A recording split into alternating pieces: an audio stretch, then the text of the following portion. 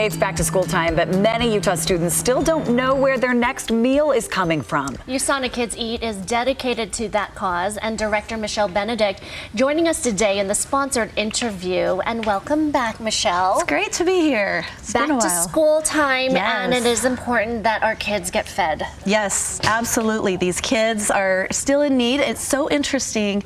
The numbers have actually gotten a little bit better. We watched the numbers, and the latest numbers that have come out are saying 1 in 9 kids are hungry, which is a little bit better than what we've seen in the past. So thanks to all of our wonderful community and for you guys and helping get the word out, we're making a dent. It's neat to see that we're making a dent, and we got to keep going because we still have hungry kids. Happy for you to share good news. Everybody likes to hear that. Can you make sure people know the difference between USANA Health Sciences and USANA Kids Eat? Yes. We sponsor the amphitheater, and so a lot of people that's their frame of reference.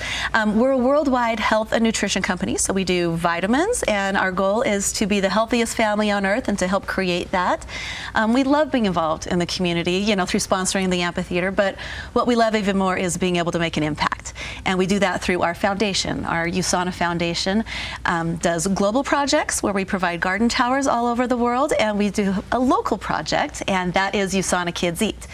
And with that, it's just providing food bags for kids when they come home on the weekends from school or the long holiday breaks. What does the outlook look right now for the new school year? And we have a lot of Title I schools as well to think about. Yeah.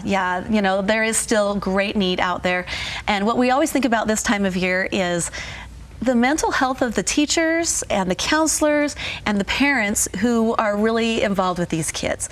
There are so many wonderful parents out there that are just working so hard, several jobs, trying to make ends meet, just so worried about how am I going to feed my child. And as a parent, you think how you would feel.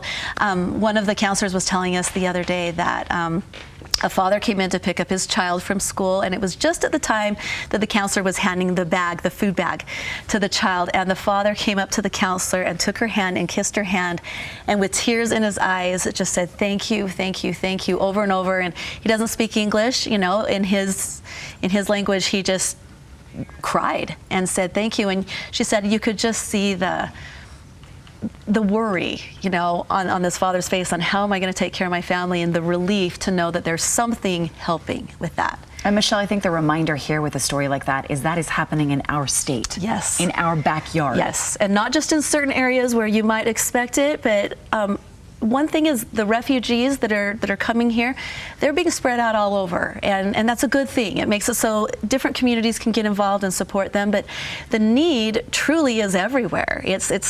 It is in areas where you would never think, and so it really is something that affects all communities at this point. You just told a story, and I'm sure it's not just one story or unique. I'm sure it's across the state. So what is the greatest need right now? What are you asking people at home? So we always need funding, right? We always need people donating so that we can cover those bags for the school year. We would love to add more schools. We've got refugees moving in all year long. We've got programs like an Adopt-a-School program where you can select a school and adopt it and take care of that school specifically. We've got volunteer opportunities, where you can come in and pack bags. And so there's pretty much a way for anyone to get involved that works for them. Let's give people some of the numbers. 14,000 students in Salt Lake City schools do not still know where their next meal will come from. It's a big number. 56,000 Salt Lake Valley kids qualify for free or reduced priced school lunches. And USANA in 2022 delivered almost 500,000 meals. Yeah. Really? Yeah, we've got about 41 schools on our program, and that's just our weekend bag program. And so about 1,300 kids are getting a bag every single Friday, and it's the same kids over and over. And it really just brings such relief to those kids who just aren't really sure. They've got that insecurity, and to their families. We know of grandparents that are raising their kids, and here they are on a fixed income, never expected to be raising young children. So it just really supports the child and their surrounding family.